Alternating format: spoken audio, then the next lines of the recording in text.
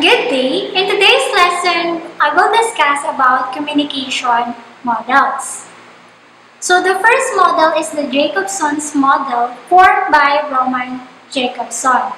So we have here the following components. So the first one is the addresser, sender of the message. So for example, the sender of the message will be the teacher, your mother, your friend, and any other person. Next, we have the addressee, so receiver of the message. So in other words, for whom is your message? Is it for your classmate, your friend, and etc.? Next, we have the context, situation in which the message was given. So what is the situation when you are delivering your message? So for example, your friend is in the hospital for her surgery. You are in a birthday celebration, or you are in the library reading some books. So that is the context. Next is the message, the idea to be expressed. So this pertains to the message that you want to convey to your receiver or listener. So example, your message is your friend died while doing the surgery, or your message will be happy birthday. Or you want to tell others to keep quiet because you are in the library. So those are kind of message. Next, we have the contact, the channel through which the message passes. So this pertains to what did you use in delivering your message. Did you tell it personally? Did you use devices such as cell phone, telephone, laptop, computer, radio, microphone, and etc.? Next is the code. This is the form of the message. This pertains to the emotion while you are delivering the message. So it can be sad, happy, afraid, excited, and so on. So to easily understand that, we have here provided a sample graphic organizer. So I will be giving you an example for each components. So for example, let's say that your addressor is your father and the addressee is you. So between the addressor and the addressee, we have here the context. The context will be your mother is in the hospital for her surgery. So the message will be your father tells you that your mother died while doing the surgery.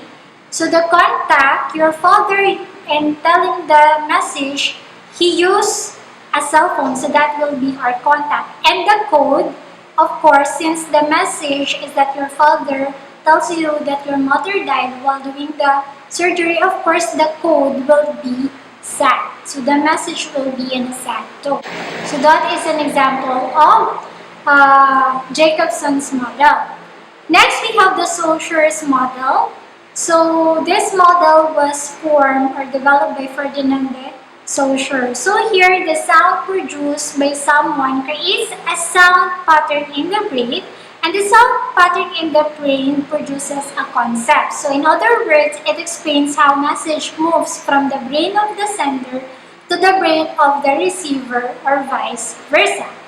Or to easily understand that, let me simplify it like this. So in Saussure's model, we have the term signified and the signifier. So signified is the mental concept formed by someone after hearing what someone else said.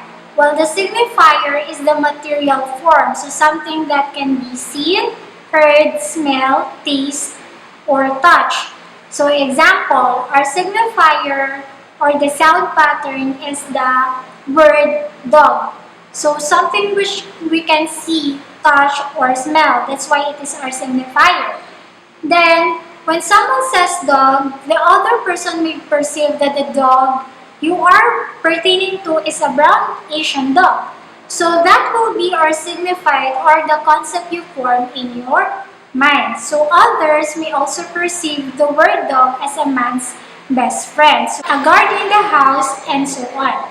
So in short, what you tell something, it depends on your listener on how they are going to perceive or interpret what you have said.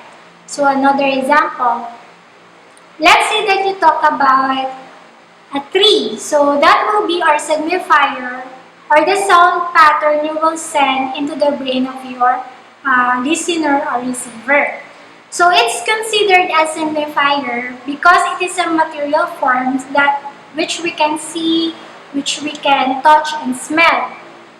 When the person hears what you say, that's the time he will form the signified or the concept he formed in his mind. So let's say after hearing the word tree, he perceived it as a life giver, when you actually mean is a tree has root, stem, and leaves. So as you may notice, this model shows us that whatever we say, we are not sure if they will perceive it the same way as we perceive things. So we must be very careful in communicating if we want other people to be misinterpreted.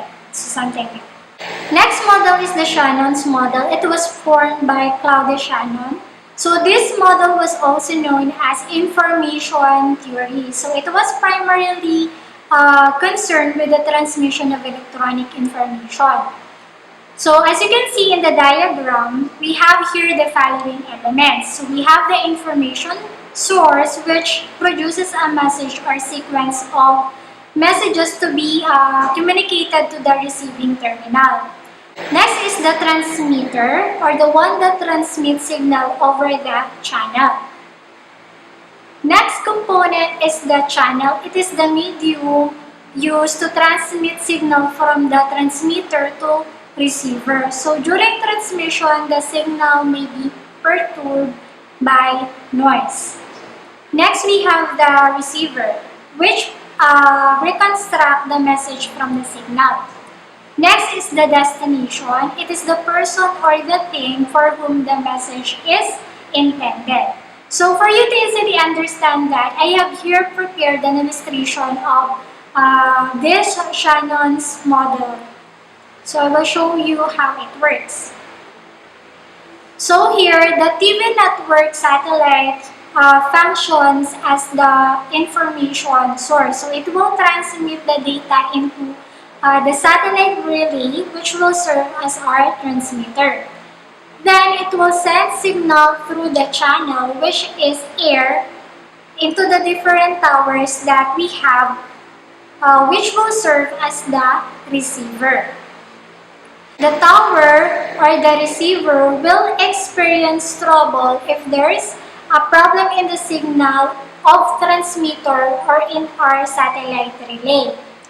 So the signal that was received by the towers will send another signal to its destination. So which are the mobile TV that we have, mobile phones, and so on. So next is the Burlos Model. It was made by David K. Burlos. So he described his model as the SMCR model, which stands for source, message, channel, and receiver. So according to him, in order to have a successful communication, both the source and the receiver must understand each other. So for example, if the source has a higher level of language proficiency compared to the receiver or vice versa, then problems may arise because they may not be able to understand each other. So for further understanding of this model, let's discuss the components one by one. So under source, we have the communication skills. So this pertains to the ability of the speaker to communicate. So is he good in speaking English language? Is he good in paraphrasing words so that others may understand what he is trying to convey? So something like that. Next, we have the attitude. So in delivering your message, you must establish the right attitude, such as you will choose to speak with manners, or you will choose to talk rudely that may possibly cause problem to the receiver. So that's what we have to avoid. So next is the knowledge. So in delivering the message, the source and the receiver must have the same knowledge of a particular thing. So for example, they have the same knowledge about computers, or if the other is not knowledgeable about that, one must adjust. Next, we have the social system and culture. So the source must be able to adjust to the social system and culture of the receiver and vice versa. So example of this is the use of different gestures. So in some cultures, nodding or shaking the head has diverse meaning. So in the Philippines, when we nod our head, it means our approval or we are just agree with the statement. And shaking one's head from left to right signifies that we or disagree.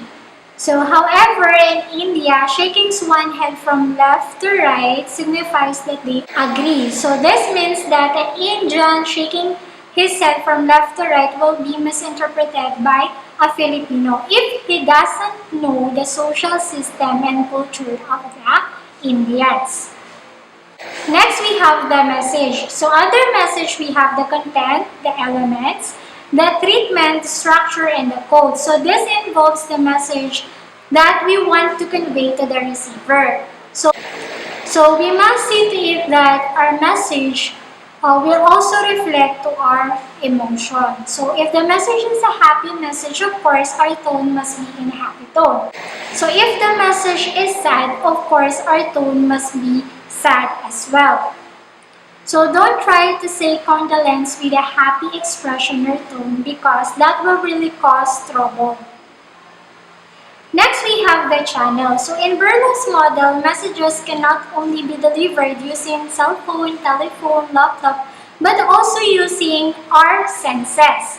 So you can be able to send a message through the sense of hearing or touching. For instance, when you are listening to your friend's problem and you will hug them, so that is a kind of a message. So that will send them a message that you are comforting him or her and that he or she is not alone. Next, we have the receiver.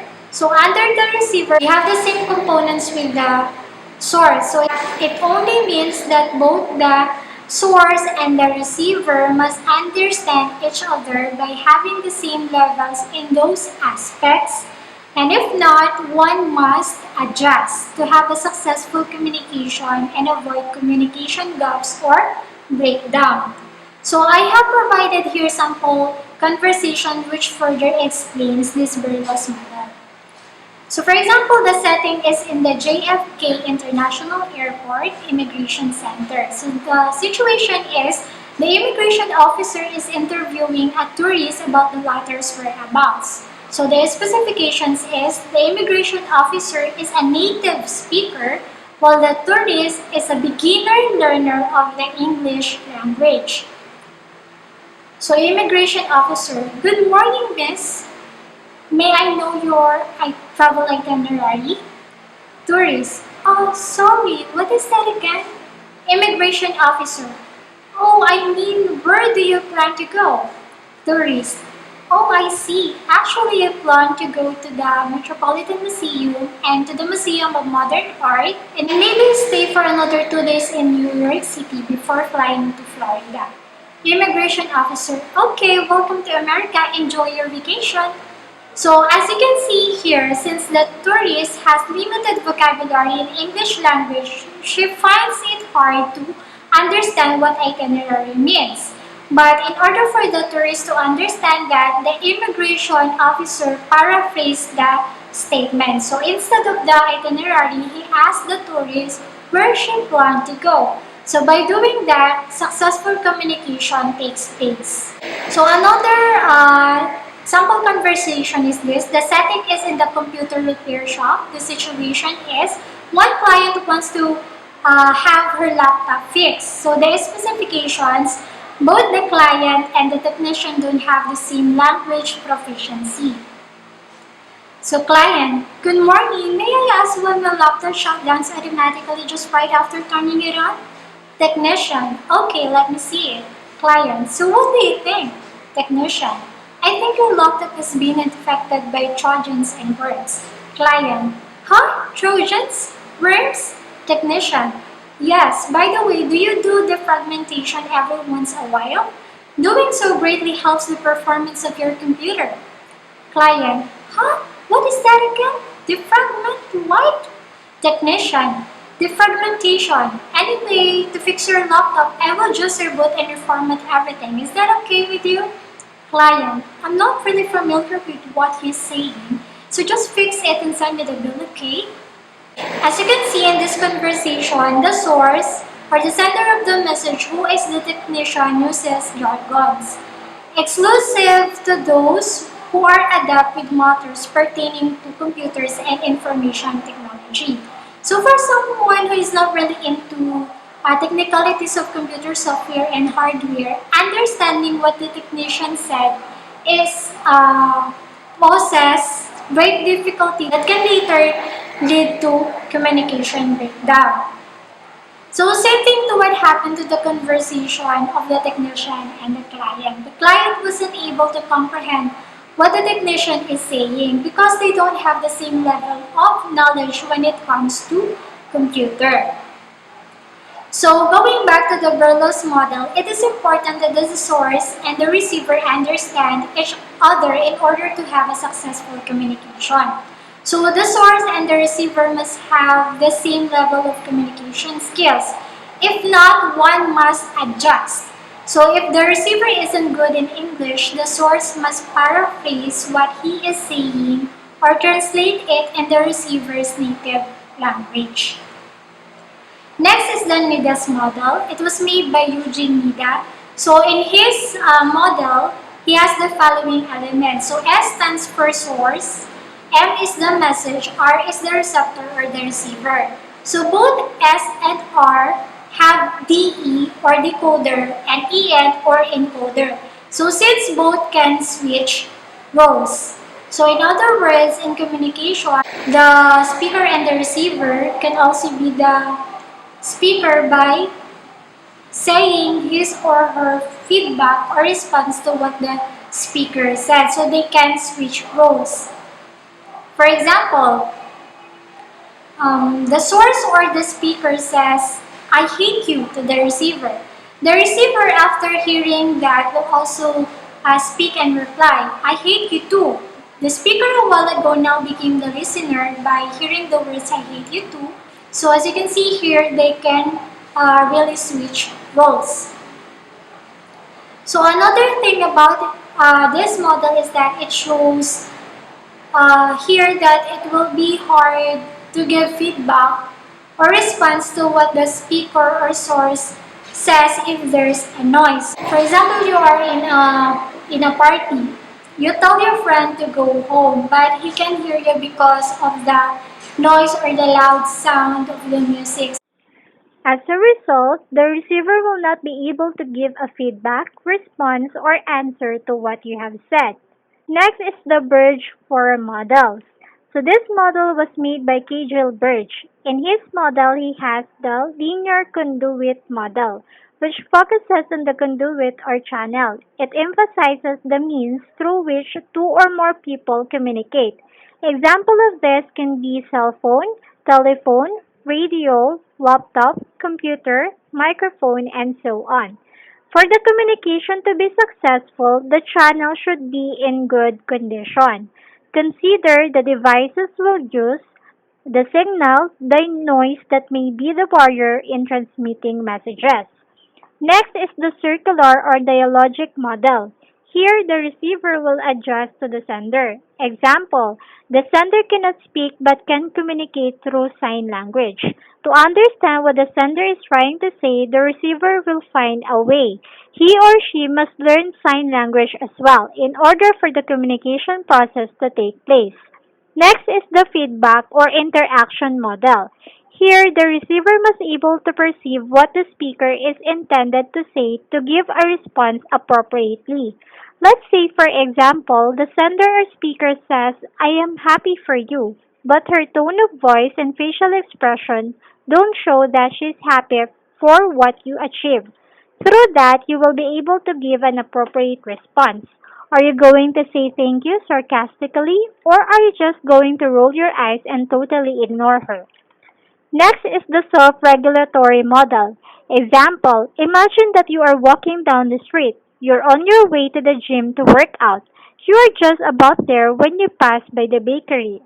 Instantly, your nose fills with the sweet aroma of cakes and cookies. You slow down to look in the window. The enormous chocolate chip cookies look delicious and you really want one. Then you remember what your doctor said last visit, which is you have to cut back on your sweets because you are diabetic. So based from this, what would you do? Are you going to eat the cookies or follow what the doctor said? How you answer the question depends on your self-regulation. So that's the end of our discussion for today. Thank you.